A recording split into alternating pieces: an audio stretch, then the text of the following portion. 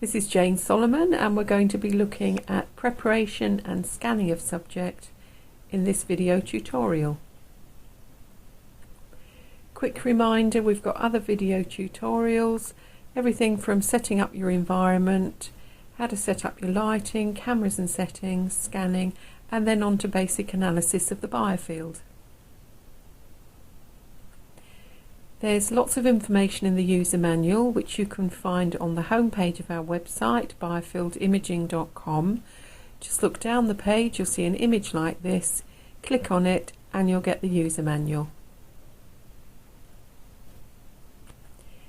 Just some of the basics you're going to need for the scan. You're going to need your camera, whether that's webcam, video or still digital, a tripod, computer, your BioField Reader program, ideally a white matte background or pale matte background, full spectrum fluorescent light, and if you want you can measure the light. Towards the end of their life the fluorescent lights can get a lot dimmer, so if you want to be really efficient you can measure with a light meter, a spirit level to make sure you keep your camera horizontal, and a tape measure for measuring height of tripod and camera. Couple of other reminders and tips. Try and avoid placing the subject near electric sockets. Keep your camera horizontal, because if you tip it like this, maybe up or down, it will change the light, so you won't be able to do comparison scans. And do have a look at the previous video tutorials, setting up your environment, lighting setup and camera settings. It's got lots of tips in there. Just a little bit about height of the tripod and the camera. So before you start scanning anybody, you're going to need to decide on where you're going to position the height of the camera and the tripod for each view of the body, and then you're going to replicate this for comparison scans. So we usually line up approximately with the level, the tip of the nose for face shots, level with the middle of the breastbone for body shots, and level with the knees for leg shots. That means you're going to have to put the tripod down really low. So that's where we start off approximately, and then we measure for accuracy, and then you can replicate that each time. So make sure you write in the notes, in your records, the height of the camera for each shot.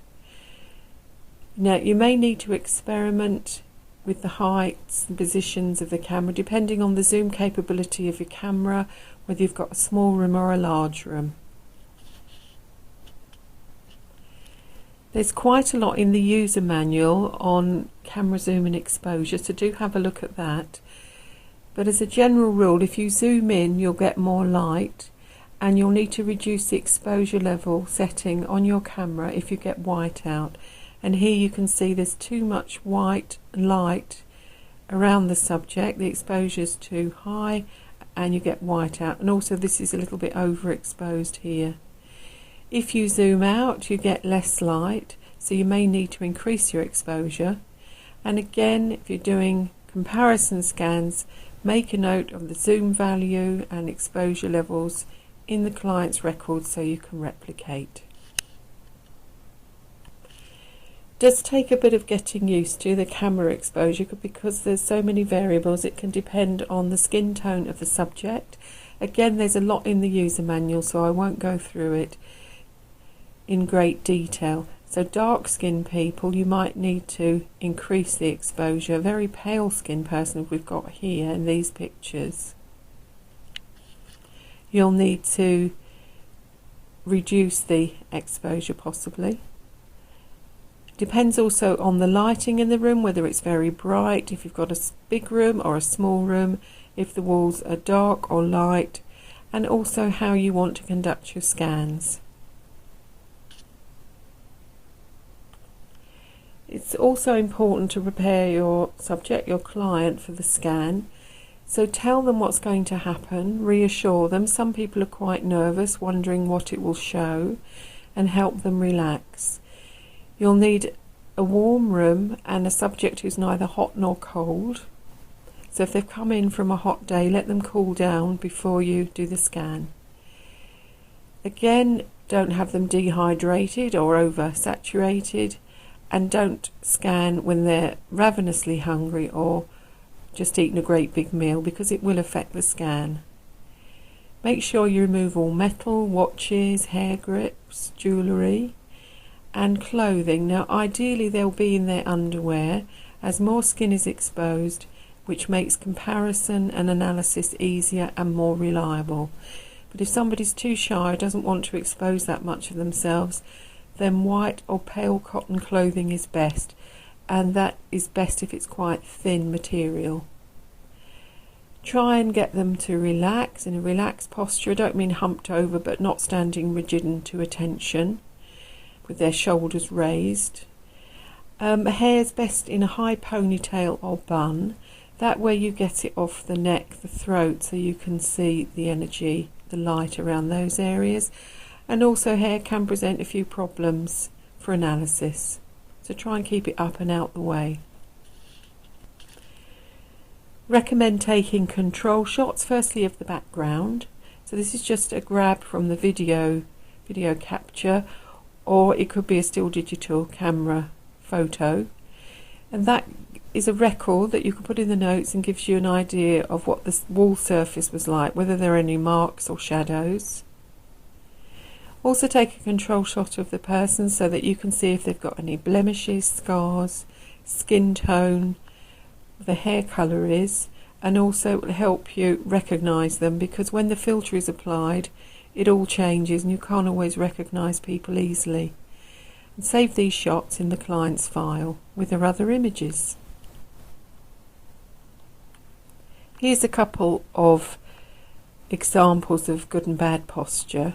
So posture, try and get people relaxing, not standing rigidly or awkwardly. Don't let them stick their chest out or hunch over, and especially if they're a little bit nervous, remind them to breathe normally, and if possible take the capture as they breathe out.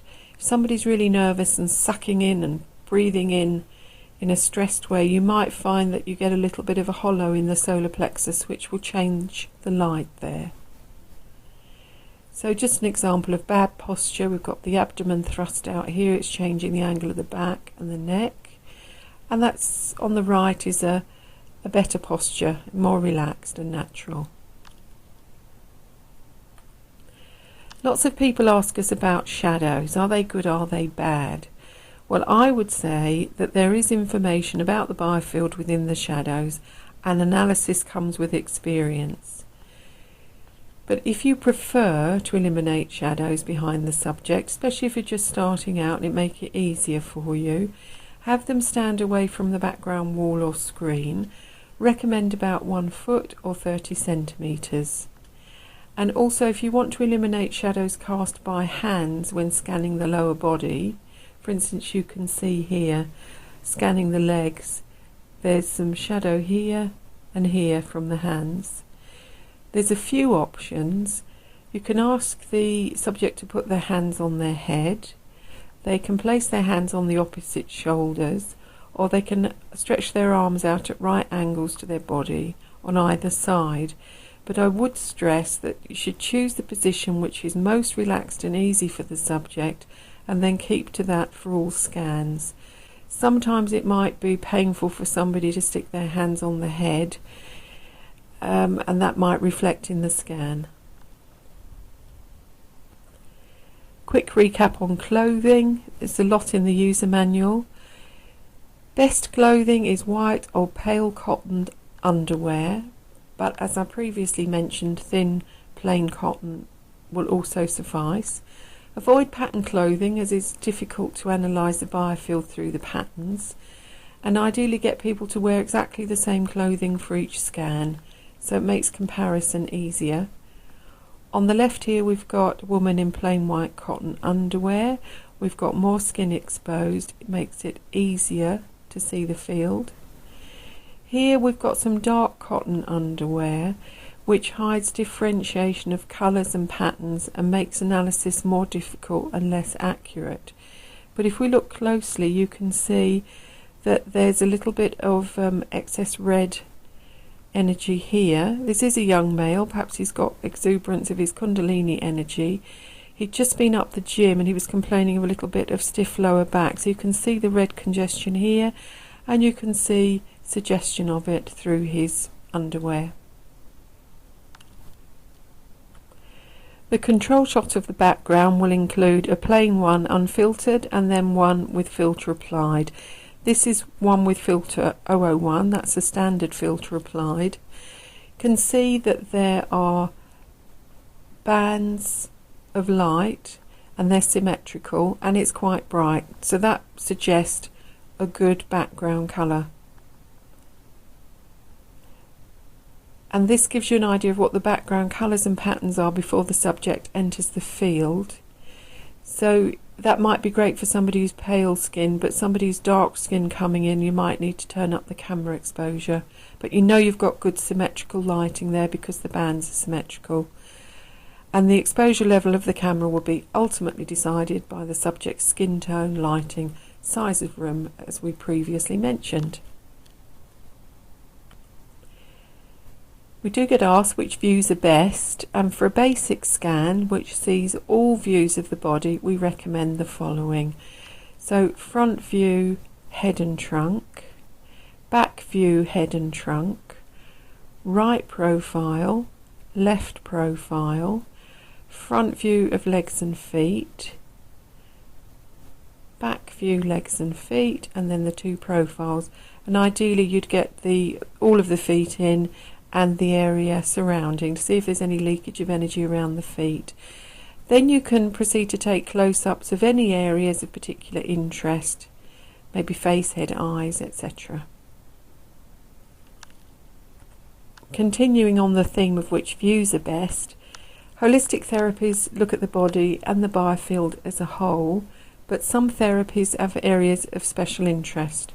So if you're a reflexologist, you may want to take pictures of the whole body and then concentrate on the feet or maybe the hands.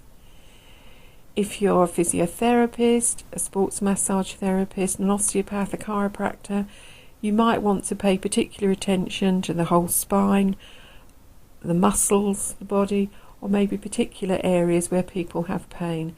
This man had pain in his neck, his shoulder, and here. This woman had pain here. If you're a counsellor, you'll be looking possibly at areas of stress and emotional centres. If you're a nutritional therapist, you might want to pay particular attention at the light or energy of the organs of digestion and elimination. And if you're an acupuncturist, you might want to look at the meridians and the energy around certain acupuncture points. Here's some examples of other views you might need to look at, especially where people have problems. So in this first picture here, the therapist wanted to particularly look closely at the base area, so you can see that they've put the hands up on the head here. This lady had pain on the side of her body and her hip, so she's just moved her arm out of the way in a relaxed posture. These are two scans taken for a painful thumb. This one's before acupuncture and that one's after. And this woman had a painful neck. So there's a close-up at the top of the back and the neck. Here's a quick reminder of room setup. So you'll have your subject standing here on a platform or a mat if you like, especially if you've got a cold floor or on carpet. And you have your camera and your lighting set up. Camera will be connected to a computer unless it's still digital camera, and we've got some approximate distances between the subject and the camera. I'm not going to go into this one in detail. This is all in previous videos, but you can pause the video here if you haven't had a chance to look at the others, and it's got some tips. I hope you found this tutorial useful, but we've got lots more information on the internet. You can look at our website, biofieldimaging.com.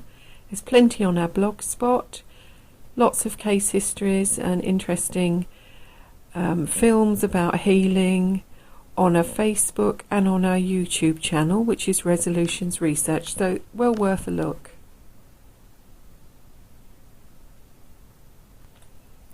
So I'll say bye for now, till next time.